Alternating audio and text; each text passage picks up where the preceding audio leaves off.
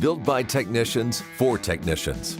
A motto that truly drives CPS products to create quality tools that truly meet the demands of its customers. CPS Automotive specializes in air conditioning, service tools and equipment, engine performance diagnostics, also in fluid management. We train on every machine that we sell.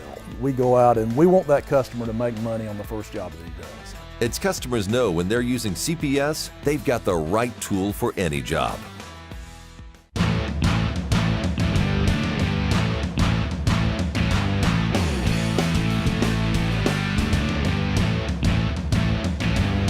Hey guys, and welcome to Repair University Live. If you haven't noticed, summer came a little bit early to Arkansas. It's hot. Yeah, one of these days I'm going to put air out here, right? Yeah. We may have to start a GoFundMe account for me to have air conditioning. But we do appreciate you guys logging on an hour early so that these guys didn't have to be out here at noon in a metal building without air conditioning doing a show. So they thank you. Yes, and I thank you. And how fitting that today we're going to talk about air conditioning is one of the things that we're going to cover, right? We are learning the benefits of it. So real quick, we got a new way for you guys for sending in your questions. You can text us. The phone number is on the screen for texting. That way your questions come right in. You don't have to worry about typing them in on the show, being on a desktop or whatever. Just whip out your phone, use your old texting, send any of your questions to us right now. Well, maybe later when we cover a little bit, maybe not right now. Yeah. But we would love to hear from you. So guys, let's get started. First of all, CPS, thank you guys for joining us. Thanks for having us. I appreciate having some experts on the show, because these guys. Experts. Wow. Not an expert. Definitely not an expert. Those iCar guys. Yeah, those poor iCar guys, right? We're going to get through. So we're going to talk about two systems of cooling today. So there's really two to look at, right? There's the passenger cooling and there's the engine cooling. But both of them are kind of smushed up front, right? And we've got a lot of stuff, a lot of extra stuff on the front of cars these days, right? We've got active grille shutters. There's extra sensors there now. Transmission coolers. Trans coolers. Yeah. I mean, all kinds of things in that small space protected by a small plastic bumper cover. So they can fit it in, they're going to put it there. Right. So just about every collision you work that's a front-end collision is probably going to be affected by these components. They're going to be involved in some way or another, so a great thing to do it. We're going to spend most of our time today focusing on the AC. It is the one that we kind of see some of the most struggles with in the body shops, and we'll go through them. So guys, just real quick, what are some of the common damaged items in the cooling system, passenger cooling, and a front-end collision? What are we going to be looking at? Condensers and radiators. Well, let's just start right up front. That's where it's going to happen. It's going to happen with your condenser, and then your radiator right behind it, the cooling fans all sitting in there. You got the lines. In this particular car, the evaporator is actually contained inside of here with an access point below. So any frontal collision has an opportunity to damage these systems. And then, of course, if we take apart or we're going to replace a core support or something like that, all that stuff's got to come out and then come back in. Right.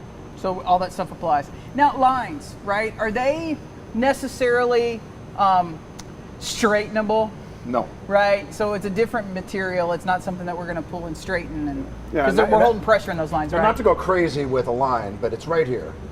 And so how air conditioning works is it works on expansion. And so if you bend the line, it creates a restriction, which then causes the freon, or the refrigerant, sorry. Yeah, I know, I know. It's kind of like saying glue and adhesive, I know. But it causes an additional expansion point, which will cause it to not function properly. So any bend at all, even if you try and straighten it back out, I mean, try and straighten out a copper pipe. If it wasn't designed to be that way, then change it. Yeah, it has to be changed. Yeah, not That's not something we're not going to put that on the frame rack and straighten that out, right? So let's talk about the appraisal portion of this. So we've got a vehicle that's coming in. Obviously, this is the one that we had from the blueprinting show. And we got to this point and stopped with our teardown process because we knew you guys were coming in the next month, so it worked out really well. But as an estimator, one of the first things I kind of have to decide, right, when I walk up to a system and see damage is, I call it open or closed, but you guys kind of explain it to me a little differently. Pressurized or not pressurized. If it's got air conditioning, if it's got refrigerant in it, then it's going to be under pressure. If it has no refrigerant, then it's open. It's void of refrigerant, and it's got air and moisture. Right. What are some of the things that an estimator can do to kind of assess that situation? to decide whether it's open or closed? Well, one thing they can do is if they have a UV light handy, they can just inspect happen to the have a system. UV light handy. They can inspect the system with a UV light, and they can look for telltale signs of dye coming out of the system. Most manufacturers do put dye in the system from the manufacturer, from the factory. Right. Okay. All but Toyota. So now we've got a little bit, I know it's going to be hard for the camera to see it, but we've got a little bit of, right here, we've got a few little signs popping up. So would we consider this an open system? If we see dye coming out, absolutely. You're going to consider it an open system, and you're going to handle it accordingly. You know you're going to have to change the desiccant. You know you're going to have to refill the system. Obviously, at this point, if it is open, you can go ahead and start disassembly without recovering and recycling the refrigerant. Well, and a caution on that. Yeah. Because just because you see dye Doesn't mean there's no doesn't pressure. mean there's not pressure. Correct. That's a good point. Because, it could be from some other thing or a time before it was repaired. So chances Could are be a it probably small is leak, not too. under pressure. Yeah. It could be a small leak. So Right. we want to pay attention to that. The one thing we don't do is we don't walk up, pop the cap, and press the button. We don't Right. do that. Right. We'll talk more about the Yeah. legality of that. Yes. Oh, come on. We teach that in estimating school, right? Keep a small screwdriver, eyeglass screwdriver with you, pop it, turn your head. That was all you had to do. Yeah. And you were good to go. But, as the slide shows, you also can sometimes see the not oil. only just you'll see some oil, you'll see that discoloration on the condenser itself, and you'll know Right. that system's open. So let's talk a little bit more about why that matters. So you kind of mentioned it a little bit, but why does it matter if the system's open or closed when I'm in the appraisal process at this Okay, point? so if it's closed, there's additional work that's going to have to be done to the system. Number one, you have to hook up. First of all, you got to have certified, trained technicians. Secondly, you have to have a machine that's going to recover that refrigerant, and then you have to go through the refrigerant recovery process, or you farm out the job. Now, a lot of body shops now are doing their own mechanical work, which is a good thing. So, but you have to have those things, and that's additional time and it's additional money out of your pocket to do the service. to do all that. So that YouTube video that shows the guy just letting it off in the atmosphere, That's not. It's illegal, right? Yeah, it's Yeah. illegal. Yeah, Yeah. and then there's. Not approved. We're going to talk about that, but Yeah. there are fines involved. Yeah. Yeah. Now, we learned through talking with you guys yesterday, I think I'm going to admit it, I haven't done it, right? In my career. Scott, I think you and I talked about as many cars as we fixed, and we're like, I didn't do that, right? So the desiccant? desiccant. Desiccant. Yeah. All right. It's close. Explain that a little bit to me, and that it's kind of maybe more than just the silica packs that I'm used to not eating in my shoes, Yeah. right? So desiccant, it comes in a small bag, and it sits inside the air conditioning system where it collects moisture that's carried by the refrigerant in the system, and it has so much capacity. When the system is open, moisture is able to get in, and it achieves that capacity a lot faster. That's why we say if it's open, go ahead and just replace the desiccant. In the case of what we're looking at here, the desiccant bag is contained in the built-in accumulator, if you will. There's a cylinder that's in here that's accessed from the bottom. Right. So in order to replace that, we have to get access to that, come up through here, and replace the part. Okay. Right. So in this instance, on this vehicle, just replacing the condenser alone would take care of that. But if I had another system like illustrated where that accumulator was in another position on the car, then Correct. that's going to be a required additional part to replace Right. Yeah. when I'm writing the estimate, correct? Because in most cases, that desiccant isn't available to be serviced separate from the accumulator. Right. So whether it's a receiver dryer or an accumulator, same thing. You've got desiccant in there that's going to need to be replaced. Right, and even, in fact, Mitchell, in their guide to estimating, calls it out. So if you go into the air conditioning R&R, it'll tell you that if the system's been open, and we kind of debated that a little bit, and we looked at a couple of different sources, and it came back basically saying about 24 hours, if the system's open 24 hours, then that's going to generate that necessity. I can't think of a car I ever got to the shop that I got to it in under 24 hours. Got it capped off. Right, exactly. right from the accident. So Yeah. I mean, that's just Yeah, I mean, if we took this out and this was a closed system, to where we actually recovered the refrigerant and then we capped the lines off with a water balloon or something airtight, watertight, we're going to be okay. But if this thing's been hit and it got towed and do a tow yard overnight and etc., we're going to wind up having to replace that. Right. right. Now, guys, Agreed. what's the issue with? I mean, I can hear the argument already, right, from the person that comes into the shop that goes, "Wait, I don't want to pay for that," right? What happens when that system gets moisture in it and we don't replace it, and that Desiccant. So moisture. We'll get you there. Yeah, moisture, and Josh, you can chime in as well. But moisture interacts with the refrigerant. It degrades the oil, and it also interacts with the refrigerant in such a way that it can create acid. Acid in the inside of the AC system is going to corrode. It's going to damage the compressor. It's not good for the inside. What's the most expensive component in that system? Compressor. The compressor. Yeah. Moisture in the oil, going to take out your compressor. Right. So the other thing that's going to happen, though, if you get enough moisture in your desiccant, the likelihood that it's going to start circulating through the system because it expands as it absorbs moisture. Now that desiccant is traveling through the system. It's going to plug up the condenser. It's going to make its way to the compressor. It's going to take out your compressor. It may make its way to the evaporator. I mean, now you've got an entire system failure because you didn't replace the desiccant. An easy way to think about it is like a diaper. Yeah. You fill it full of water and it gets bigger, And it, right? same principle. Not that there's a diaper in there. And when the diaper's full, the diaper's full, it's leaking. Right? Yeah, right.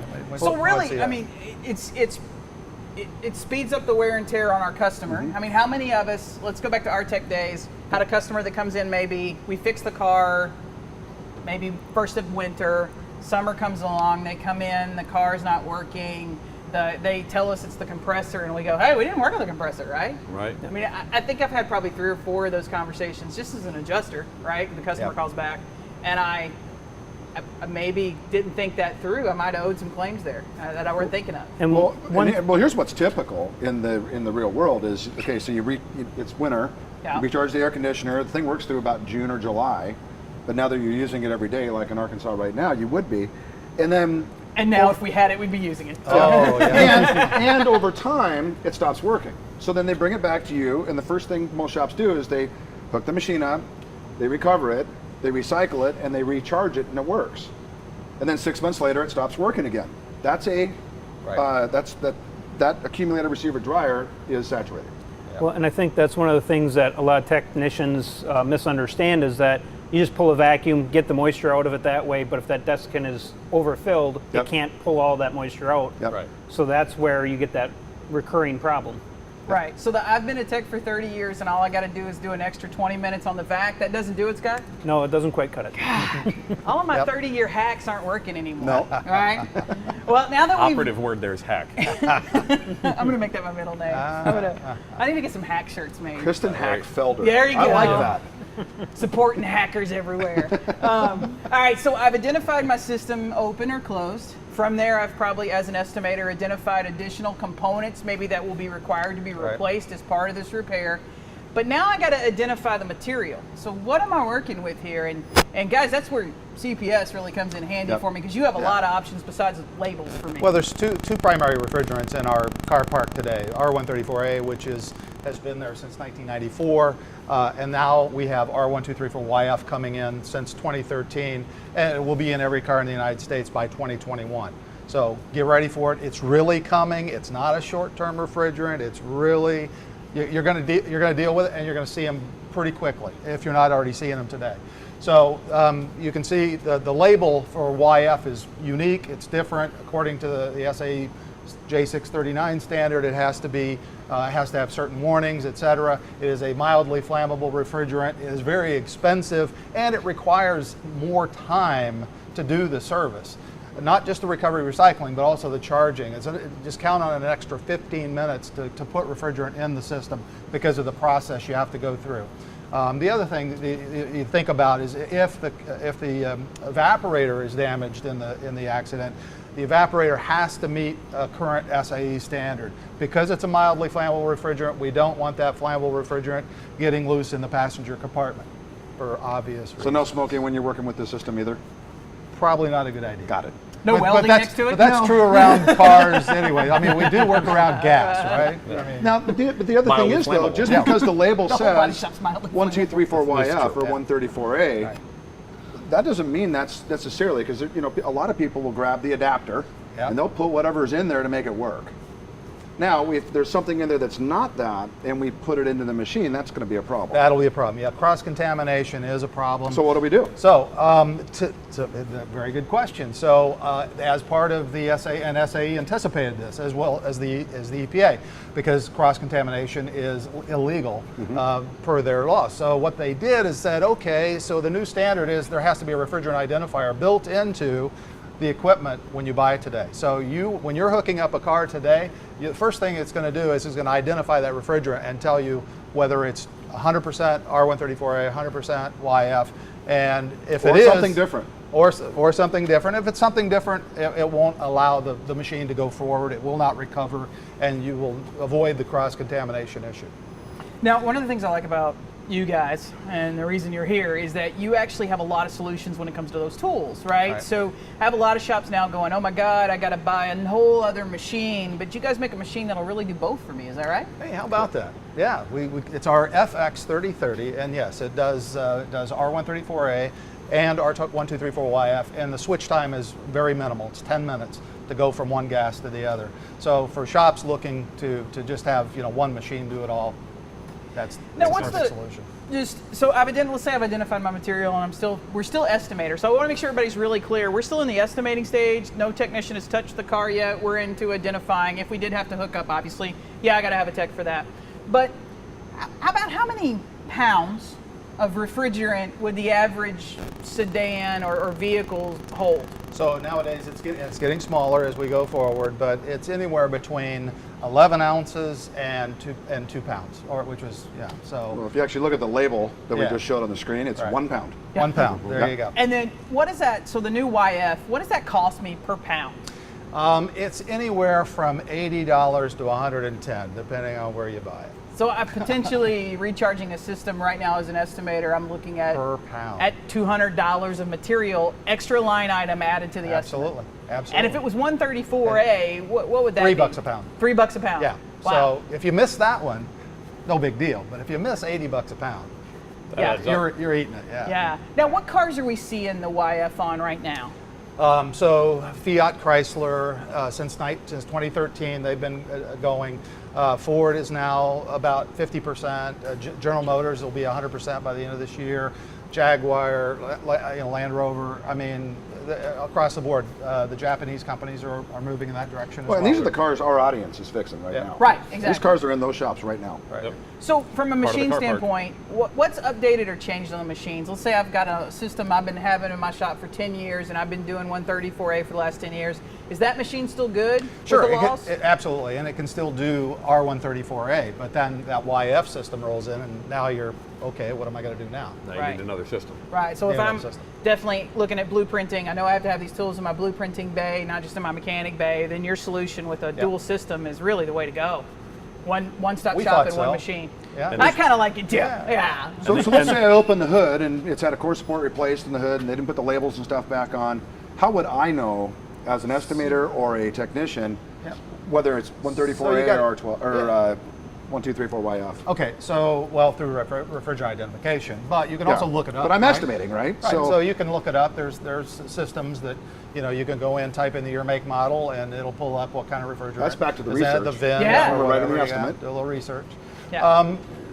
AC machines that when we make one that has a database, so you can go to your AC machine, type in the year, make, and model, and it'll tell you what kind of refrigerant's in it, what kind of oil it uses, et cetera. Now, do the ports tell us? The ports are different between R134A and R12, so you cannot hook, R1234YF, you can't hook a YF machine up to an R134A car and vice versa. It just doesn't allow you to do that. And that's by design, because we don't want to cross-contaminate. Yeah. All right, so I've got my material identified, but I'm still not done making some, before a technician gets to this car and we start taking parts off. There are concerns maybe with battery disconnect on certain types of cars? Yeah, so if you see really bright orange cables attached to the compressor, you be aware you're working on a hybrid or an electrified vehicle that uses an electric compressor. So instead of being driven by the belt, it's driven by an electric motor, which is part of the AC system. Refrigerant and oil are actually coming in contact with those windings, right? So what happens if I put something in there that conducts electricity? I can have a short circuit to ground. My car is going to recognize that and say, I'm not going to start. I'm not going to allow anything to happen. The other thing is before I start tearing things apart, do I really want to get hit with 208 volts? I'm going to say no. Probably not. No. So how do I deal with that? Well, I disconnect the battery. Yeah. And not that battery, not the 12-volt battery, the battery that's in the back, that's the big battery pack that's... Well, if you disconnect the big battery pack, you're also going to probably disconnect the 12, and then now we got resets. Yeah. Right. Yep. All the different resets and all that. So now we're possibly a dealer trip for an AC recharge to reset ADAS. Or maybe a visit to the RTS website to go double check which systems that vehicle has that now need to be reset. We actually start our day there. Nice. Yeah, Yeah. absolutely. Every estimate starts there. Every estimate starts with the RTS port. And there was other sensors or things that may be mounted in that general area that if I disconnect those to get the condenser or the radiator out, then I'm down the diagnostic rabbit hole. Absolutely. As we like to call it. In fact, y'all could just make like a little rabbit that just hops a across rabbit the screen. hole? That'd be fantastic. On the website? Yeah. Okay. I mean, that would just like, like a little I'll put a More word in. fun. reason to We'll come see what back. we can do. Alice. I mean, I like to give tips. Got the I mean, Mad this is Hatter what I cruising think. through. Yeah, perfect. Yeah. All right. Probably no copyright issues there at No. all. So another quick thing on electric compressors. So you've discovered you have an electric compressor. There's other things that you got to take into consideration. It's going to take longer for you to charge because there's a requirement under SAE that you have to clean the hoses of the residual oil that was used in a previous system. So you got to clean that so you don't get a conductive material when you recharge that hybrid system. Because it's a different oil. It is a different oil. It's a POE, polyester oil, and highly. So you're talking about the hoses on the machine. I'm talking You're about not the talking hoses. about cleaning the hoses in the vehicle. Correct. You got to clean the hose. You got to flush somehow. Correct. Because the every hoses on time the I machine. handle refrigerant, I'm handling oil. Right. Sure. So I don't want to have Absolutely. any residual oil. And guess what? That's not included. It's not included. In any of the time in Nope. any of It's the not. database. And it's another not. 5 to 7 minutes of time. It's kind of like welder setup in a Yep. way. It's, or Yep. it's equipment setup. It's cleaning. Right. It's getting it ready. It's wear and tear on the equipment. It's a line item, Right. that needs to be considered. And we're On a seeing hybrid. more and more hybrids. Yeah. I mean, between Hyundai and Kia and Ford and everybody, there's a lot of people selling kind of a mild hybrid. version of a Yep. hybrid. Yep. As so- well as full electric plug-in. Yeah. Guess what? They got electric all electric, compressors. yep. Yeah, 100%. they're all the same, so it's all to do. So, all right, well, guys, I'm at a stopping point now, right? My estimator has taken us as far as we can go with my initial diagnosis. I'm probably up to maybe about 10, 12 lines on the estimate We right haven't now. even looked at the car yet. And we haven't looked at the car yet, really. But to touch the car, to physically go out and start touching these systems or service them, as they say, I got a lot of laws around here. And we consider, and I was talking to a guy from the EPA, and I said, okay, so if I take this condenser, unbolt it, somebody else has evacuated it and recovered and all that, Right. and I take that out and I put it back in, bolting it, have I, quote unquote, serviced an AC system? And he Yes. said, under what we would look at is we would say that you have, and therefore you need to be certified to do it. And we'll talk about some fines Right. so just your teardown techs and your Yep. reassembly techs need to be certified. Right. So we got a couple of questions coming in right now. So I want to go ahead and, before we get into the laws, right? Because that's in a whole other rabbit hole. Yep. So what is the easiest way to check a system for leaks, guys? Electronic leak detector is one of the simple That's ways kind of to, a scary to little look. Yeah, I know. device. Come on over here, Kristen. I'm not going near that Don't thing. hide behind me. Okay, so electronic leak detector is one way, but also UV dye. Most systems are charged with oil and dye. So we showed you earlier using a UV light to go around the system, go around connections, hoses, et cetera, et cetera. Just a quick note on leak detection. So this leak detector, made by CPS, does both R134A and 1234YF. When you're checking leaks on 134A, you check on the positive side, on the high side of the joint, and either side. When you're doing 1234YF, YF is much heavier than air and falls to the floor. So you want to be on the bottom side of connections when you're looking at YF leaks. So a tool like that, right? Yep. So we got UV lights. We showed that a little bit earlier. But a tool like that, what's that going to run the shop?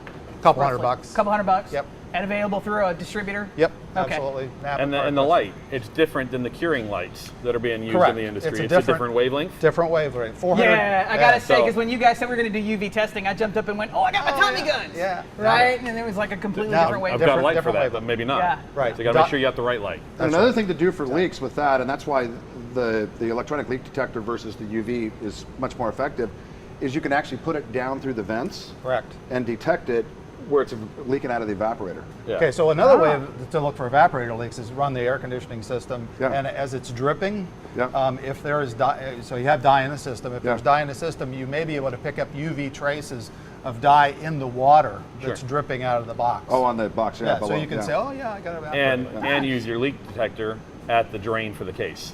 There you For go. those same reasons. Same That reasons. heavier gas may be coming out of the drain. Yep. Yeah, interesting. All right, so how much additional labor would you add to the standard 1.4 for 134A, which is really what our databases are looking at right now? What about additional labor do you think is reasonable? 0.25. Yeah. Minimally, 0.25. Yeah, and then the extra cost of the refrigerant, $3 a pound, $80 a pound. Right. And it looks like we got another question down there. What about other refrigerants from Europe? Is there another refrigerant? Well, yes, our friends at Mercedes are and other German manufacturers are experimenting with and have actual live CO2 systems. So CO2 is what we breathe out every day. So they take it, contain it, and they put it into an AC system, and it acts as a pretty good refrigerant. It's not a great refrigerant, but it's a pretty good refrigerant. Now, are those vehicles here in the U.S.? No. Okay. There's only one that ever made it to the United States, but we will not see in the near term, I'd say in the next 5 to 10 years, my personal opinion, we won't see CO2 cars in the United States. And if we do, we'll do another show. Right. Yeah. Right. So So right now, I would say, I mean, you're out in the field every day, right? Running around with these Correct. shops. The shops that are holding out hope that this YF's going to go away and mysteriously disappear, and maybe a CO2 or another system's going to come along, is that going to happen? No, as we stated at the start of the show, it's here. Yeah. It's not coming, it's here. Yeah. And it's here to stay. Yeah. So break down, get the machine, right. All right, so let's go back to the laws, because really that's what kind of started driving this whole thing and the changes and things anyway, with some laws. And let's just start first with OSHA. So in the body shop, we have two governing bodies. They are different, and both of them can fine us. Yeah. So OSHA is basically concerned when it comes to AC work with my eyes, so proper eye protection, right? With my lungs, because we talked yesterday that actually if I breathe in that, if I'm not actually draining High the system. concentrations, high Well, and the one concentration. thing about it is it's not quote unquote toxic, like you take a smell, but when you breathe it in, as you said, it's heavier than air. So it's going to go down into the bottom of your lungs, and you're not going to be able to breathe it out. So if if the system starts to go and you take a big gulp of air, it can suffocate you. Yeah. Yeah, so all those guys with screwdrivers blowing those lines off with their face over it. Good Bad job. idea. All right. Yeah. And then hands, Or right? skin, So we need to protect our skin. Stuff's cold. Yeah, Yeah. make sure that you got the right protection there. Yeah. So sometimes t-shirt isn't the best workwear for a Long sleeve. technician. And then we want to make sure we have the right gloves for that. Other than that, that's really about OSHA. That's all OSHA really has to say about it, other than Just want to make obviously sure you're safe. trip hazards, wires, those kind of things. But the EPA has a lot to say about this. So let's walk through this federal standard, the Clean Air Act, right? It's not new. It's been here since It's not. What do you mean it's 1992. not new? What? So it started with the Montreal Protocol, and then we adopted it as Section 608 and 609 of the Clean Air Act back in the early 90s when we went from R12, if you guys remember R12, Freon, to R134A. So we've been on R134A since 1992, and these laws have been in effect. But let's say you got certified in 1998, but you lost your card. Now you want to go buy some R1234YF, and they go, show me your card. Can't buy it. The EPA guy comes in and says, hey, I see you're working on that AC system. Show me your card. Yep. Oh, what card? Oh, yeah, I got that back in 1998. No. Where's your card? Yeah. So if you got certified before, but you don't have your card, get certified again. It's Yeah, normally 19 what they'll bucks, do 20 is they send you your certificate, and the corner of it is your card. Yeah, there you go. So, and this is kind of like your driver's license. You can't drive without your driver's license, or they'll fine you. Right. Yep. Same thing. If you can't work on an AC without your card present. Right. So as Well- a technician, just if you're going to be touching an AC system, spend the few minutes and the few dollars. Yeah. Get So certified. that Clean Air Act actually requires that the technician in the shop be certified. It's a simple test. It's an open book test. It's $20, right? It doesn't get much easier than that. Yeah. Now, what happens a lot of times is technicians kind of play this duck, duck, goose game, where they just cycle around shops in town, right? So the time you got it, you walked in your boss's office and threw it on his desk and said, hey, here I am. And you went to the next shop 2 years later, and you didn't take any of that paperwork with you. Right. So right now you're exposed. There's not like a database where somebody, it's not like your hunting and fishing license, right? Right. So right now, Right. I go out and I get caught fishing and I can't find my license, the game and fish officer can look can you look it up. up, right? Yep. This isn't how this works. So if you don't physically have the certificate in your hand, I don't think a lot of shops know that. Right. You need to make sure every technician in your shop physically has their card and is legal. Or the certificate, yeah. Yeah. You want to wear that Make Collision Repair Great hat again now? No, Okay. I'm still going to pass. Okay. But now it goes to the machine too, right? So Yeah, not so- only does my techs have to be certified, Yeah. my machines. So your shop needs to own a piece of equipment that is written into the Section 609, meets an SAE standard that's written into 609. So, so in the United States, as manufacturers in the United States, we can't sell a machine that is not SAE certified. So make sure when you're looking at that Chinese unit, I'm pretty much guaranteeing it's not SAE certified. Right. So, Now you guys provide a letter that goes with the machine, correct? yes, correct. So yes, and that letter, you fill out the pertinent information, you send it into your local EPA regional office. We even list all of the regional offices to make it easy for you to get that information to them. And then they have it on file that you have a certified piece of equipment, therefore you can do air conditioning work. And Now check your state regulations too. California, some others have some additional Additional regulations. And there's a couple So- things on that form, Yeah. because it's not just the piece of equipment, you're also declaring, for lack of a better way to say it, that you are doing AC service. Correct. And you have technicians that are servicing AC systems. So if an EPA agent walks into kinda your know where shop, to look for you. they already know where Yeah. to look, Yeah. because they know you, because you have to tell them you are. Right. So that form does have to be on file with the EPA. So my best recommendation to the shops that we work with is to send that as a certified letter to that local EPA office, right? So there's a copy of it for you in your files to always have, and then there's a copy of when you sent it certified, so that if the EPA inspector comes in and goes, wait, you never notified us of this piece of machinery, it is paperwork, it is the government. So I at least want a backup that says, no, I mailed it to you certified, and here's the day you signed for it, blah, blah, blah, and I've got a backup in my file. So And if you go to like the EPA everything else website- in our industry, documentation is important. Yeah, everything. Yeah, CYA. So if you go to the EPA website, they actually detail exactly what they need, and they give you a little form to, I don't even know if it's a form, but basically here's what we need and send it here, and it's pretty straightforward. Yeah, and I will say, Mark, I don't know about you when you're consulting, but this is probably one of the things that is not done. It's We pretty much not buy the done. right machine, and we're pretty good about making sure we're getting the right machine. To some extent, we're pretty good about making sure we got a certified tech, but I don't think officially notifying the EPA of our purchase is something that we're doing. Yeah, and, So- and also we look at the from the MSO standpoint, where the MSOs, they'll buy a shop, bulk. Yeah. and is that machine actually registered? The MSO might register the stuff they buy new, but the shops they bought isn't registered. Right. So something to look at. Yep, something to think about. Yep. Now, Yep. there also are some rules on substitute materials. So, talk to me a little bit about what that is and what the EPA is looking for there. Just not being able to change out. Yeah, Substitute so the freons. it's called the SNAP rule. It's the Okay. Significant New Alternatives Policy is what it stands for. Wow, And- okay. Yeah, Simple. exactly. Yeah, simple. Yeah. It's another It's acronym. the government. I'm from the government. I'm here to help. So, anyways, what it is just a list of refrigerants that can be substituted in a particular system. So R12.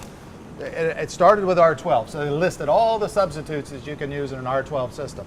Now they've got added to the list. Here are some substitutes you can use in an R134A system, and here are the terms of use. If it's mildly flammable, then you have to do this, this, this, and this. So that's what it does. Okay. Yeah. Now, not getting it right. And it's a lot less expensive, so people put it in.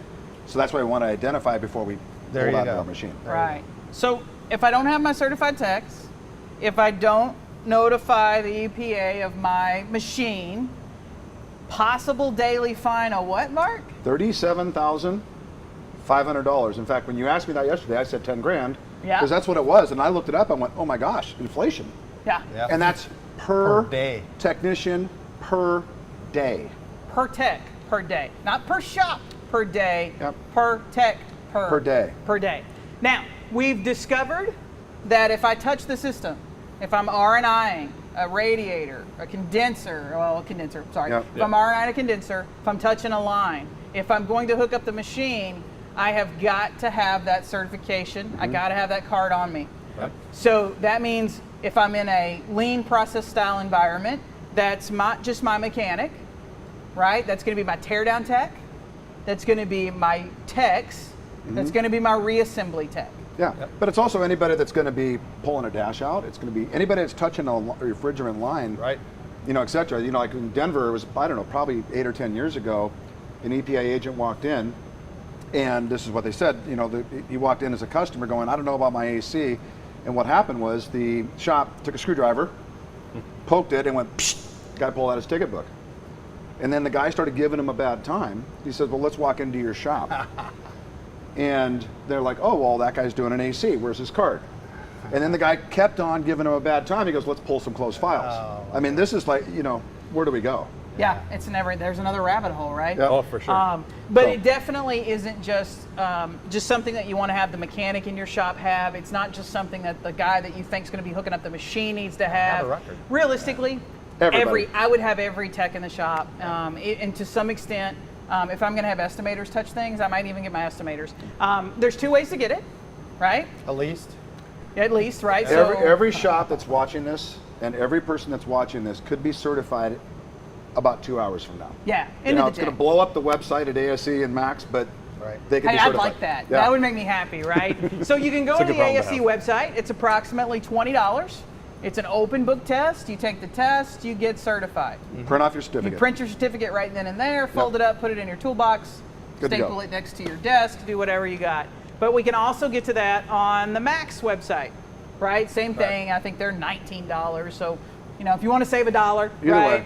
Either But way. same thing. You're going to take the same test. When you're done, you're going to print off your certificate. Standardized test. And Yeah. you're good to go. But that way, there's never a question, right? We had a presentation from an OSHA rep at CIC Yep. out in Denver, Yep. that the body shop business is a renewed interest for not only just the EPA, but OSHA as well now. So we have a sense of potential for them to come and visit us. They're paying attention. Yeah. And while they may be walking through to maybe pay a new heightened sense of awareness to the paint booth, well, they're not going to miss anything they might happen to They're walk by walking on through the way. going, oh, where's this card? It's pretty low-hanging fruit, really. Right. Yeah, exactly. And just one thing to note: this test, that again, $20, open book. You can have it done in an hour or two. You'll have it behind you. It's lifetime, as Yeah. long as you hold on to the credential. Don't lose your card. It doesn't expire. Right. Yeah. So I mean, there's no reason not to. Yeah, best $20 that you can take. Just as a technician, remember that you are welcome to hop about the industry and change jobs. Just make sure that that's a credential you take with you when you Right. go, right? It's your credential. It's your- Now, that's federal. But as you mentioned, there are some states where there may be additional requirements based on those state laws. Count on it in California. Yeah, count on everything in California. If it can be difficult, California's They'll written find a on way. legislation Yeah. for it, right? Yeah. And then But- all the other states look at California and go, that's a good idea. That's a great idea. But you mentioned something about, like, was it Wisconsin or Indiana that also has some? Wisconsin used to have some additional laws around air conditioning, but they've retracted them and gone along with They've the aligned federal. with the federal. aligned EPA to at this federal, point. right? Yeah. Right. But check your local, because I don't keep track of all of them, and Right. you know, it's your responsibility to know your. And there may your be local laws. additional filing requirements, but definitely you've got to have some disposal and handling requirements. You want to make Absolutely. sure that you're handling all that correctly. Okay. Well, I've now got a certified tech that is able to actually touch the system. Is it time to work on the car now? It's time to work on the finally. car. Perfect. Yeah. So just like with So You're this on, is, Scott. this is a car show. yeah. so now we can actually touch the car. So all of this that we've done beforehand is part of that research and discovery process. You and I talked yesterday about needing potentially a research technician in the shop full time that just does this stuff. Yeah. All right. So before we go. this Does is the a- CPS this is a rep question for doing a Chuck. demo with the CPS machine on a car need to be certified to have a card with him? Well, yeah, absolutely Yeah. should be. Yeah, should Yeah. be. That's a great question. So make sure that the Yeah. tech coming in and hooking up in your store. So let's has make a- sure all of your people, if they're Yeah. not, are certified in the next 2 Yeah, hours. I got my card. Yeah. Yeah, There you go. everybody can show their cards. Okay, so let's start touching the car, guys. Okay. So if I'm going to do this tear down, what's my first step before I can take that condenser out of the car? What are some of the things I need to do? Well, if it's a closed, if the system is still closed and it's got refrigerant in it, then we got to get the refrigerant out before we start messing with it, right? So you know, using your certified equipment, hook up, remove the refrigerant, and then you can start with the disassembly and capping off of parts and storage, proper storage of parts, etc. So just walk us through real quick with the machine. So if I was going to take this machine and hook this up to this car, and don't do it, but you know, what kind of process does that look like? So first of all, I got to find the service port. So with R134A and R1234IF cars, they've been making it easier. Back in the R12 days, I mean, good luck. We had, so the fittings were quarter flare, and this is a true story because I was in the industry back then in the R12 days. But we got many machines in that they hooked up to the fuel rail. Because it's the same connector. For the fuel injectors? So the tank, the machine would come in, it was defective. It was full of gas. Oh my but gosh. Anyway, so find the service. So we're past that. Flammable. We're past that. Mildly flammable. So find the service port. It's easy to find. Hook up your machine. Just tell it that, hey, I need to get this refrigerant out. I'm going to recover. It walks you through the process. So we pride ourselves on making machines that guide you through the process. It's kind of like press play and walk away. There you go. Okay. Perfect. Yeah. So it's gonna actually evac the whole entire system. It's gonna recover what's in there. It's gonna tell you what's going on. And it's gonna tell me what it did, right? It's gonna print me out a little report. Absolutely. File Tell documentation. you how much came out, and it's gonna tell you how much oil came out. That's important because however much oil came out, you want to put back in. Same thing when you start removing components, and we can talk about that, is when you remove the components, drain the oil out. Measure how much oil is in the system so you know what to put back on damaged components. If you're putting the same component back, it's got oil in it. Not a problem. Right. If the system's been open, I've probably lost a lot of oil. Yes. So I'm going to need to think the about collision, the extra capacity for that. Yeah, you definitely lose a certain amount of oil when you have a collision. That refrigerant explodes out of that, out of that hole, and there's oil coming with it. And you'll find OE recommendations based on the component, how much is typically going to be found in that component, what you should put back in it before reassembly. Usually listed on the compressor. But wait, is that included? No. And then the other part is that if say that we damage the condenser here, and wherever it goes, and it's going to blow out because it's under pressure, that oil is going to go everywhere. And so we might find it, depending on the damage, all over the engine compartment and all that. We may have to do some cleaning because it goes everywhere. Yeah. So steam clean engine isn't an outrageous charge. And it's not included. Yeah. So if we've identified the system as open, that's another potential line item. Possible, initially, yeah. On my estimate to go from there. Yeah. But let's talk about system protection, because I'm gonna tell you that as we travel, right, and we go in and out of shops, and I'm on my way tomorrow to go visit some. So am I. We walk through shops and open lines everywhere. Right? Yeah, all these lines, when we take this car apart, we got all these lines. So we're going to have air conditioning lines, we're going to have radiator lines, we're going to have connectors. all the connectors. These all need to be capped and protected away. So this right here is the air conditioner. Now, with the air conditioner, we got the accumulator or receiver dryer, which has to be protected from moisture. Right. So it doesn't saturate. Right. So what would we do to take care of that? So you're going to cap off those using, how about water balloons? Okay. I mean, so why not tape? Well, tape has adhesive. Okay. So anything that you don't want inside that AC system when you go to recharge, you don't want to use it. And tape doesn't stick very well to oil anyway. Probably not. Right. Probably not. And then what about earplugs? Well, that's if it's I see shops if it's the they right plug an earplug in and. My favorite was the shop that was using wine corks. I was like, what are you doing? What? Yeah. Well, and water balloons, one size fits all. Yeah. And here's the other thing, and just talking to owners now. So if somebody's going to take a baggie with a zip tie or tape or that kind of thing, so first of all, you got material and time, but then it's also the time to take it back off. Right. And a water balloon, make sure it's a water balloon, because an air balloon has powder in it, a water balloon doesn't. Little trick. Yep. So get varying different sizes of water balloons, and then just put them on, and they come back off, and then they're done. And then one shop that I was working with actually had different color water balloons for different systems they capped. Right. Nice. So for the AC, it was one color, and brake lines, it was another, and all that. So they could take a picture photographically in that bulletproof file and say, we did do the disconnection, we know it because it's all color coded. So let's go back to it. If I had a closed system before my tear down, and I tear it down and leave the lines open, I've now just created an open system. I actually You now have need created an an open accumulator system. receiver dryer. Right, Yep. so now I'm back to the whole time that Right car's on. in the shop, it's sucking up moisture into Yep. that. Right on. That's absolutely right. Desiccant? Desiccant. Desiccant. Desiccant. Yeah, there you go. I am from Arkansas, but I did graduate college. So, that's a good thing to do. We're not here to judge. All right. Sure you are. Yes, we are. Not outright. That's why I love this industry. We judge so well. So I've got my parts out and I've got them protected, right? I'm protecting my line, so to speak. You know, if you're gonna, and then also if you're gonna take the accumulator receiver dryer out, and then you're gonna put it on the parts cart, you want to, take a plastic bag or Ziploc and get it in there so it's airtight, watertight, so it doesn't get saturated sitting on the parts cart. Right. That thing's absorbing moisture without the system running. Exactly. So you've got to seal it off for the entire time that you're going to have that Yep. repaired and protect that. Now, you guys have made a great checklist for the shops job, out there, CPS. for the technicians. It's also great for the estimators to keep for reference as well. It's a good talking point for adjusters during the negotiation processes when you add those extra line items and they're like, what'd you pay me for that for, right?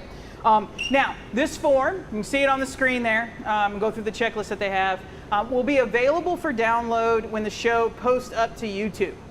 So as soon as we get the show onto YouTube later this afternoon, there'll be a link there. You can go click and download this form from CPS. You can laminate it. You can tape it to the wall where you're doing AC service. You can hand it to every technician, laminate it, punch a hole in it, put a key ring through it, make them hang it from their toolbox machine. along with any other SOPs maybe that you've invented or created for your shop to have. But it's just a great form. Keep it. I love references. And honestly, adjusters love them too. Something that they can take a picture of and hold makes them feel a lot better.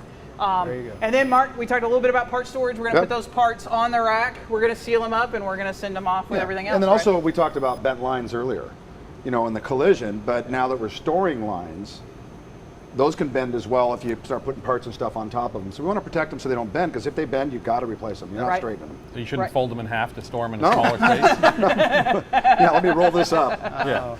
But if See if I can wrap it around the tape thing. Ooh, we could come up with a line thing, right? Yeah, the line thing. Tim, we got new ideas for you, brother. You should be here for every show. Okay, so the hot topic everywhere we go these days is repair versus replace, right?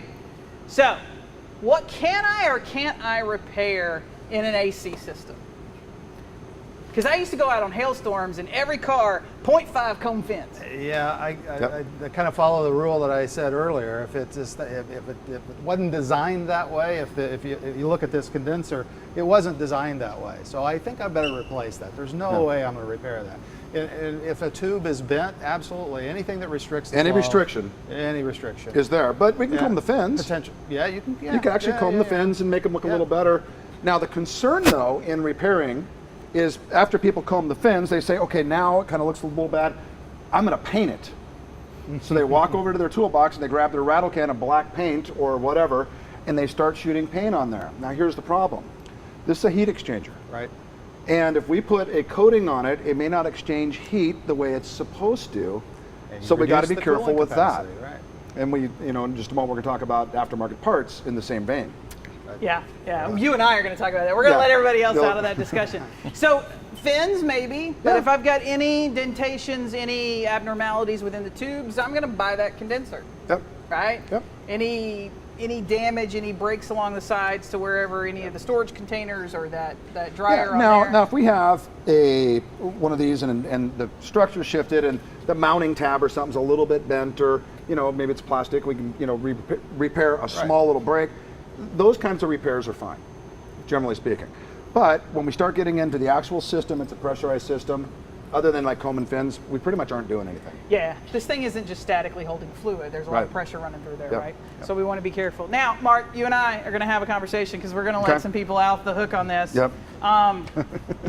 These components, Mark. cooling, Yeah. right? Yep. Condensers are one of the most commonly aftermarket estimated things Yep. in our industry, right? What's the harm in that? It's come on, it's just a condenser. Well, there's a few concerns, and I'm not here today to say anything that aftermarket parts are bad. However, there's some concerns.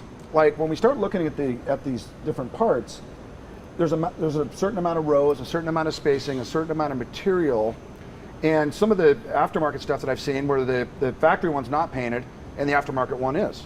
Well, doesn't that paint act as an insulator and won't allow for heat exchange, etc.? And so what happens is that we can have a condenser that doesn't exchange the way it's supposed to. Therefore, the compressor is going to run longer. That can produce improper wear and tear on the compressor, but more importantly, gas mileage. So there's some issues that we got to look at. So if we're going to get an aftermarket one, we want to make sure, count the rows, make sure we got exactly everything that is identical to the way it is.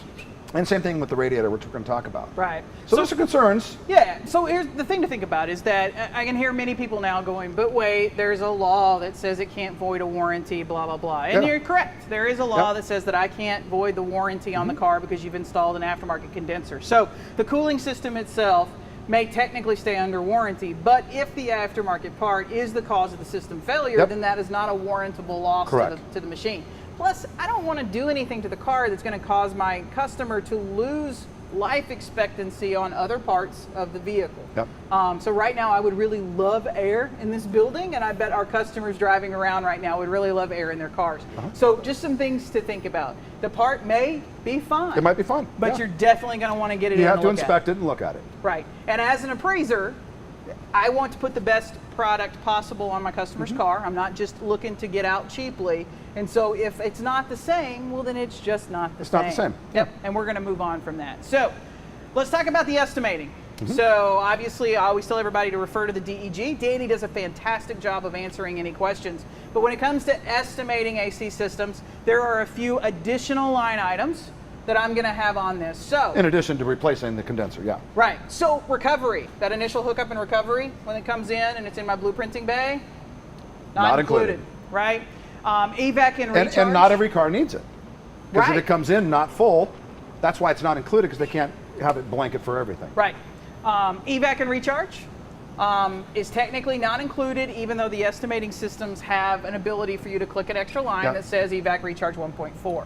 Right. And so we got to remember, though, if it's full, we got to recover, do all the repairs, and then when we're all back together, then we got to evac, which basically create a vacuum on there, and then put it in. So it's not evacuate and recharge, it's recover on a full system. Then when we're all done putting the car together, then it's evacuate and recharge.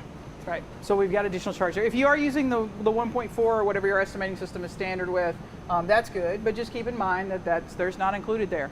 To replace the dryer or to R&I the dryer to protect it during the repair, not included. Not included. In the time for the condenser. Leak test, it's not included. And and here's the thing: just because you snapped it together, doesn't mean you're okay. You put it together, you recharge it, you get it up to operational temperature, and then you leak check. Right.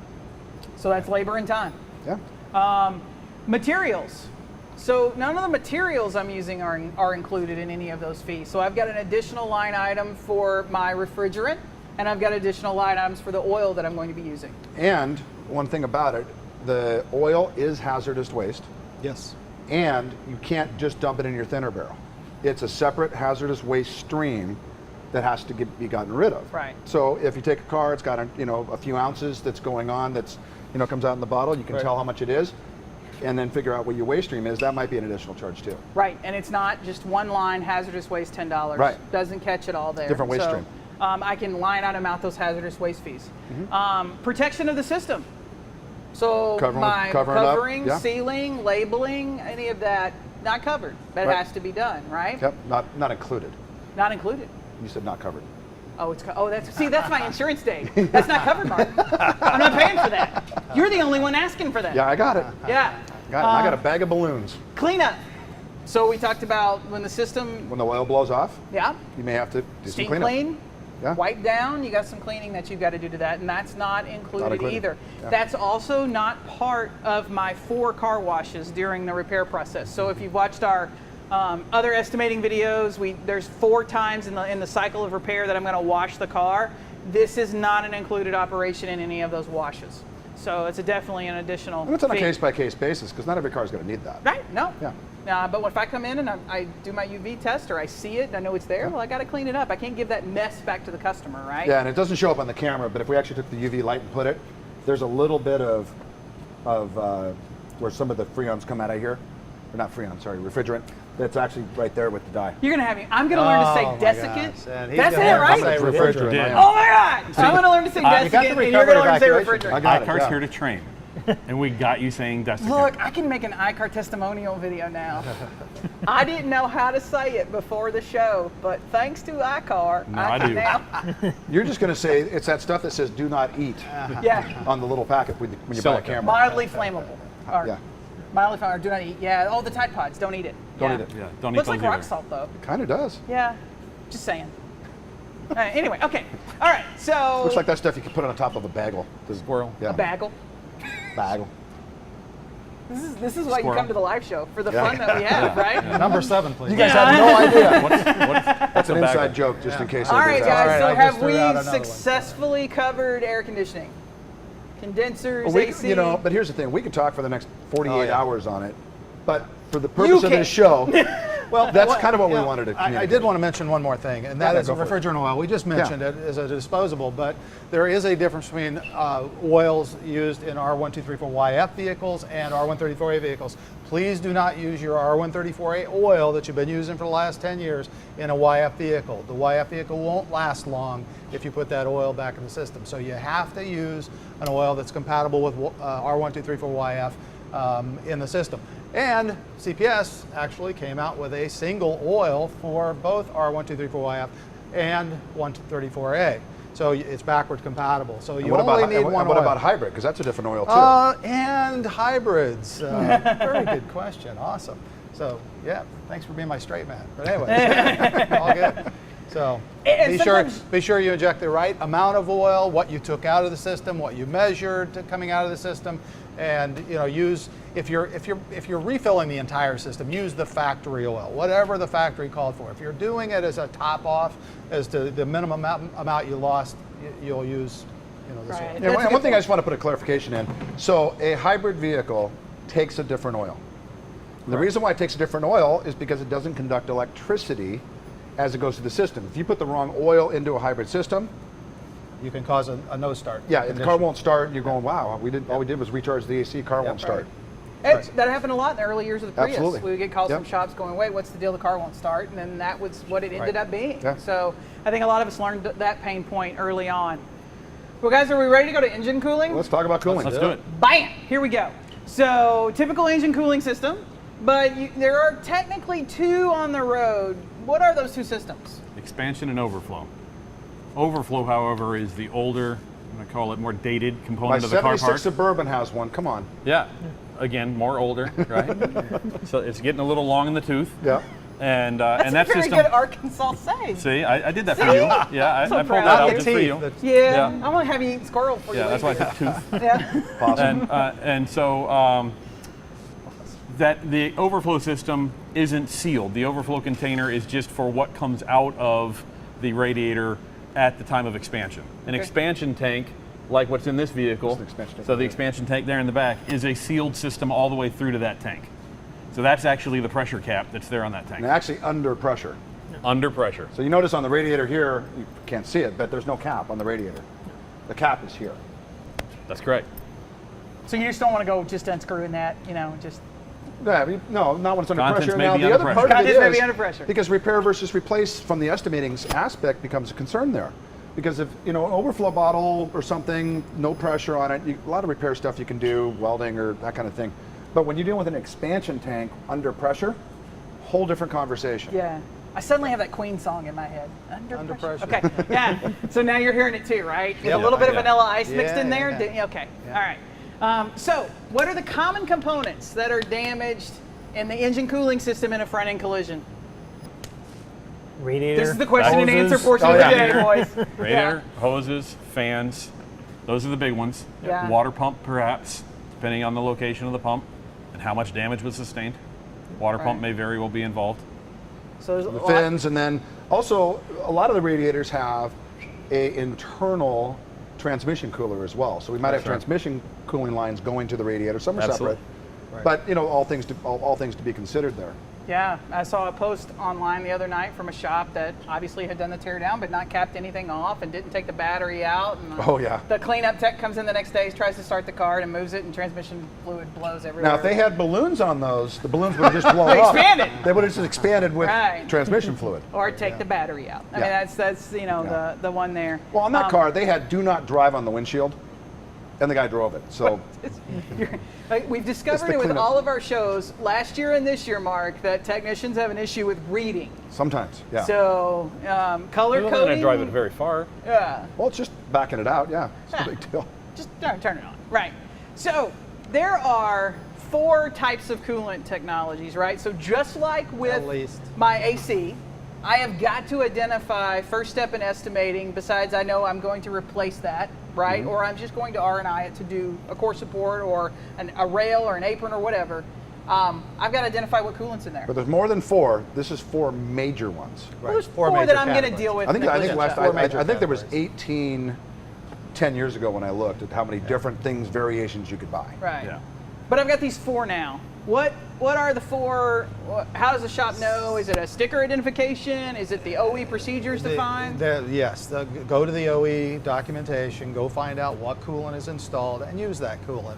Just keep yourself out of trouble and use that coolant. Now, when an OE says I need a particular type of coolant, is that just an attempt to sell a part, Josh, No, or is there a no, specific it's- reason that coolant It's needs to based be in on the system? cooling properties. It's based on how it interacts with the metals used in that system. Aluminum blocks with Coolant Saturns does is a so huge much more problem. than cool, right? Yeah. Oh, absolutely. Yeah.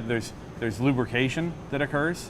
It's it's both cooling and lubricating different moving parts within that system. Right. So if it's a And- BMW and I get like a bill for maybe $300 worth of coolant, BMW specific coolant, I Yeah. can't just say, well, why didn't you go get some Preston and put it in there, right? Right. There's some reasons. You know, another thing we see is that you'll open up the system and it's supposed to be like in a Toyota, like the Toyota Long Life, which is red, but there's green in there. So obviously somebody has been dumping in a different coolant, and a lot of times those don't even mix. So that can create some problems. Now, what do I do? Flush the Got to flush entire the system. Yep. Yeah. Right. Get everything out and reinstall. So that maybe an additional line item on the estimate, something to think about that I've got to Yeah. put in there. Yep.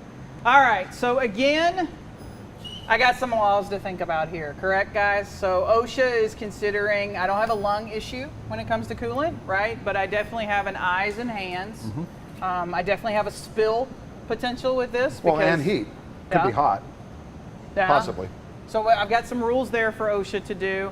And then the EPA gets me on storage and disposal. Correct. And I can't just put coolant in any container either, can I? No, this is another hazardous waste stream. Yeah, so as a shop, Another I may barrel have for 3 or coolant. 4 barrels out behind the shop Yeah. that's for different things. And I'm It's actually more than that, but yeah. yeah, like a And- whole row of them. And again, you need to check with both federal and local authorities about what that waste stream is and how it should be handled Yeah. in your area. So you mean to tell me if I drain the radiator into a pan, and then I take the radiator out, I just don't dump the coolant back in? Into a galvanized pan? Yeah, no. Yeah, because the galvanizing will actually, that's what most of them are. A lot of them are galvanized. The galvanizing will destroy the coolant. And you don't know if the cat, used it as a facility. You don't know. And what was Right. and what was the last thing that was in that pan? And did Who you knows? clean it out correctly? Yeah. And- Yeah. Transmission fluid. right. So Right. a lot of things to think about. You're always starting over with the fluids that are going back in and after the repair. But now I don't have any law that's preventing my technician, my teardown tech, my reassembly tech from touching or messing with radiators. At this point, no. Yeah. So nothing special there, so to speak. No, Right. no online certification. No online certification needed. So, repair. So we found some really awesome videos online Oh my gosh. of radiator repair, and we know as severity continues to rise, more people are searching for repair versus replace options, so to speak. What are my repair opportunities to the engine cooling system? You mean the correct ones or the YouTube ones? Let's talk about the correct Oh, ones. okay. The YouTube ones are fun. Just go at your leisure. Oh, yeah. Let's start with a safe one. You can comb the fins. Yeah. You've got fins that are bent over. You can potentially straighten those fins. But That's there's the a safe concern because most people want to rattle can some color on to make it look like it wasn't repaired. Correct. We got a heat transfer concern Right. in that. So we're back to that issue. Yep. So I can't paint it, right? I can maybe do some minor. If I've got any sorts of tube bends, anything, can I just straighten that out? Well, on a can radiator, I put it on the ground? and radiator flatten it? generally, Yeah, if the tubes are bent, you're generally not going to. Yeah. Now, in some cases, you might recore it, which is just taking the tanks off, putting a core in, and then putting it back together. And a lot of radiator shops will do that. That is technically an aftermarket, though. So we'd have to look at and make sure we got the same number of fins. But generally, we don't have like a line issue because the radiator tubes they're rubber. They're designed to move a little bit, but what's not is the transmission cooling lines. So when the whole thing moves, we might have a restriction in those as well. So there's a concern there. So we're not going to repair the transmission line. If we bend a radiator line, it's generally not an issue. Right. So let's talk about plastic repair, because I don't see a whole lot of plastic repair hitting into the AC, into the condenser unit. But when we get into radiator and cooling, engine cooling, I start seeing plastic repair being mentioned a lot. What are some of the concerns to think about there?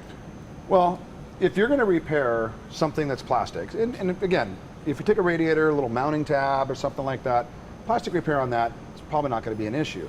Problem that we have is anything under pressure. Back to the Queen song. So anything under pressure, would you want your plastic repair to be able to try and withstand, the pressure that gets created in a cooling system? Yeah, I mean, there's a lot of pressure there, and the next thing you know, the whole thing blows apart. And your a plastic repair, like a plastic weld or something like that, like a lot of companies do, it's fine from a cosmetic standpoint. Want to repair a little tab or something small plastic, but repairing something that's under pressure, we don't want to do that. That's just liability. I don't Just want to liability, assume, right? yeah. That leaves the customer stranded on the side of the road, or potentially damages an engine that I'm now replacing. Yep, absolutely. But as we can see on that tank, I mean, I've got a couple of mounting bolts Yeah, there. right here or something. Sure, if that breaks off, okay. Because Fine, the worst yeah. case scenario if the plastic repair fails is where now the customer brings it back Yep. and I got to buy a new tank Yep. and say, I'm sorry, my repair failed.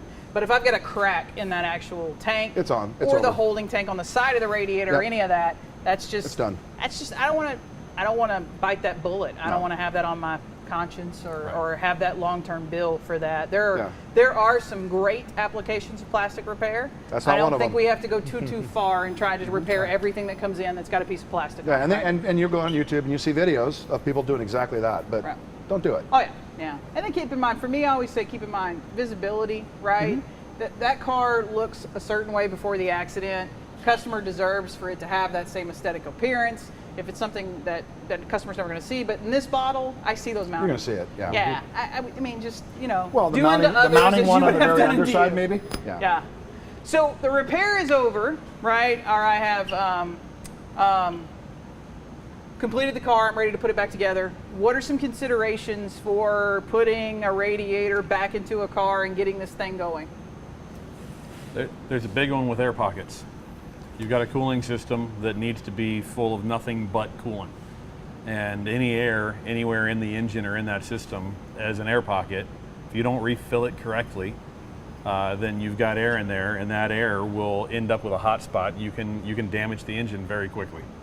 All right. Now you guys make more than just AC tools for our technicians. You've got a tool for that? We got a tool We for that. do. CPS manufactures a tool by the name of the airlift, and the airlift will refill the coolant system in seconds without any air trapped in airlocks, any air trapped in the system.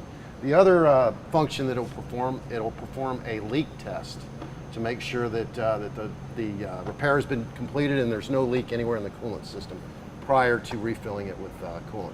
So for the technician, I mean, it's a simple hookup, and I'm actually Air I've refilled operated. the system. I know I'm air free, and now I know I'm leak free too. It's air operated and air free.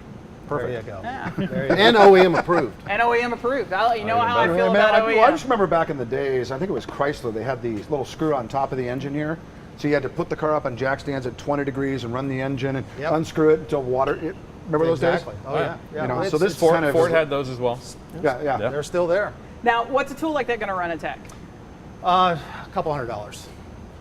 So makes my whole life a lot easier and prevents a lot of comebacks. I've spent a couple of weeks lately looking at comebacks around cooling systems, and that is a really guaranteed way to upset your customer, right? Because now they're not going to trust anything else that you've Absolutely. done to the car. Oh, you're talking about an engine. Yeah. You didn't refill the engine right. That's a big expense. Yeah. Right, and that's just a trust factor, right? It's okay if they have to come back and go, hey, I think there's a little chip on the paint here. You know, well, last but when it week, toes back in on the rollback high. last week we're talking about, making sure we get everything back together. So there was a fender that was replaced on a Subaru, and they had the ground coming off of the cooling fan that actually went under the bolt for the fender. So they put the fender, they loosened it up, put the fender on, the tech didn't get that properly seated. Cooling fin didn't work. Shop got to buy a brand new engine on a Subaru. Right. So my teardown process of labeling everything Absolutely. and documenting it would have come in really handy there. right there. Mark, we can't go too much further without you and I talking about, remember this is you and I, right? Yep. So we're going to give everybody else a break. This is another component that I see frequently replaced aftermarket. Absolutely. Because let's face it, the common repair issues, customers go to Napa and AutoZone Sure. and O'Reilly's and they buy radiators. What's our concern as collision repairers with those aftermarket parts? It's the same concern that we had with the condensers. It's, first of all, how many rows are in there? Do we have the coolant transfer efficiency? A lot of them we see where they'll sell it and it'll bolt in, but there's, the OE's got 3 rows and this one's got 2. Well, clearly we're not going to have the cooling transfer efficiency that had. So if you're going to use the aftermarket, get them side by side, make sure that they're matching. If the OE has no paint on it, it's just, got an aluminum shell and this one's painted with a really nice shiny black, might want to have a transfer efficiency concern there. Just, look it over and be careful. Right. So to keep in mind here, and again, so this is my opinion, right? And I don't want anybody to transfer that opinion to anybody else. After all of my years, since 1995, which I guess isn't a lot of years, but it's enough, right? We'll take it here. The OE designs components to work within a system, right? So nothing in the OE world is designed alone or standalone or on its own. In the aftermarket environment, you hear the term re-engineering a lot, where they take a single part and attempt to re-engineer it. But in that re-engineering process, it isn't designed to work within the system. They're simply trying to copy a component to look similar, to do a similar function, but then they don't put that component into that system and test it to see how it reacts with everything else. To me, I don't want to have an engine issue come back. I don't want a customer upset. I don't want to have a part that I install cause a failure to the system later. We've had a lot of shops that have written in over the years that says, hey, I installed this particular aftermarket component and the customer came back about 6 months later and the engine was blown and the radiator didn't work. So doesn't mean all parts are bad. There may be some out there that are good. You just need to make sure that you're doing the right thing and comparing those parts when they come in. It's not just a matter of that's all the policy will pay for. And I don't think of a single insurance company that would want to install a bad part on a car. They don't want their customer on the side of the road. Yeah, they don't want that to happen either. Of course not. Definitely a dialogue system to happen between the shop and the insurer or the adjuster, appraiser, independent, whoever that would be. Yeah, and and as we move along with the technologies, all these computers and temperatures and different things that are going on, it makes a difference. And a 76 Suburban with a radiator and different things, it wasn't as critical of a concern as it is now. Oh, absolutely. Right. And you're cooling a lot more things Absolutely. with the same radiator. It might be a little larger because they're cooling other modules They're or cooling the components. alternator. Batteries. And now, Turbochargers. getting a system without air in it is even more critical because if those get damaged, that's even worse. Sure. Yeah, it's a lot going on there. But that's a good point about we are cooling a lot more things than we used to. Yeah. 25 years ago, cars didn't have TV screens and Pandora's radio and all the other things that we like in our convenience. But we also see cooling lines going from the radiator to the back of the car to the battery packs and back up too. Yeah. So, And one other side note, I mean, we keep calling it, we keep talking about it being a cooling system, but it's also a system to help bring everything up to temperature quickly as well. And you need it to come up to temperature evenly. So if you think about fuel economy and how important that is to everyone these days, fuel economy isn't really achieved until you get up to operating temperature. And so having the coolant throughout the system is helping to get the system up to temperature in a reasonable amount of time so that you can achieve that fuel economy. Yeah, there's a lot going on in cars these days that aren't just, it's not your brother's Oldsmobile, so to speak. It's not even your grandfather's Oldsmobile, but it's not even your brother's Oldsmobile anymore. So there's so many things that the systems are doing beyond what we originally thought they were. And maybe some of us 30-year veterans were trained on 30 years ago. We've got to think of things differently. So let's go to the most important part for me, right? At the end of the day, pay me, right? So, and I'm not ashamed of it. So just like we had with our air conditioning, right? We knew that I had to have a certified technician. That definitely made it a mechanical operation and therefore should be paid under mechanical labor rate in the estimating system. Into the engine cooling system, again, and as a specialized trait, it is a mechanical operation. We're going to put that as mechanical rate. Some things that are not included. I call it bleed the system, but you guys did a little bit of education on me earlier today that it's a little bit different than bleed. Well, we can bleed and fill at the same time now. Yeah, so we're basically kind of... But to be clear, it is a separate operation that you guys have got a machine that does both. Correct. Yeah, just to be clear about that. Yeah. You know, and the other thing is, so bleed the system, I think it was Mitchell, not included, and Right. CCC it was included. Included. So you got to watch what those are doing too. Right, and I want to make sure and pay attention to those and get those differences. And then pressure test the system, right? So we've got it all back together. We're not just going to assume we did the right thing and it works. We're going to test it. Yeah, and the cooling system for the engine and all the other stuff is not under pressure until you get it up at temperature. Right. You know, the air conditioning system is got pressure on it, and you got to run it and get the cold air coming through. But the cooling system requires that we get it up to temperature, and we're not going to just let it get up to temperature and leave it in the driveway and go, okay, we're good. We actually want to get it through the drive cycles to make sure that all the other systems are operating the way they're So supposed wait, to. you mean I just can't put the car in the stall, turn it on, and let it idle to temp? No. I do need to get it on the road? Yep. So In that's the a road operating- test? Yeah. And remember, we got all these other systems that are relying upon this. It could be, you know, batteries that are in the back for the hybrid systems. You know, all kinds of stuff. We got to drive the car.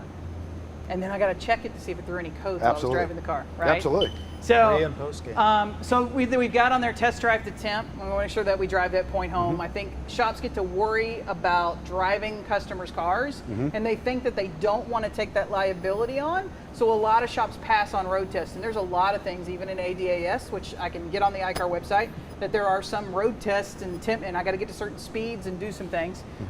We're going to have to get over that fear. We're going to have to start driving cars because if I'm not driving them, well, then I'm not really putting them back to where they should, and then now that's the liability as well. So Yeah, you might just be swapping liability. exactly. So trade let one for the other. And let the customer know that you will be taken for a test drive, so they Yeah. don't You come know, and you say, really why just is my want to have that as mileage your higher? standard thing when they sign coming in. We may have to test drive your Part of car. your It's authorization just to part repair. of it, yeah. Absolutely. And then you want to check with, and we do have a show coming up later in the year I'm pretty excited about. We've got a couple of insurance companies that sell Garage Keepers liability. They're going to come in and answer every question you've ever had on what's covered, what's not covered.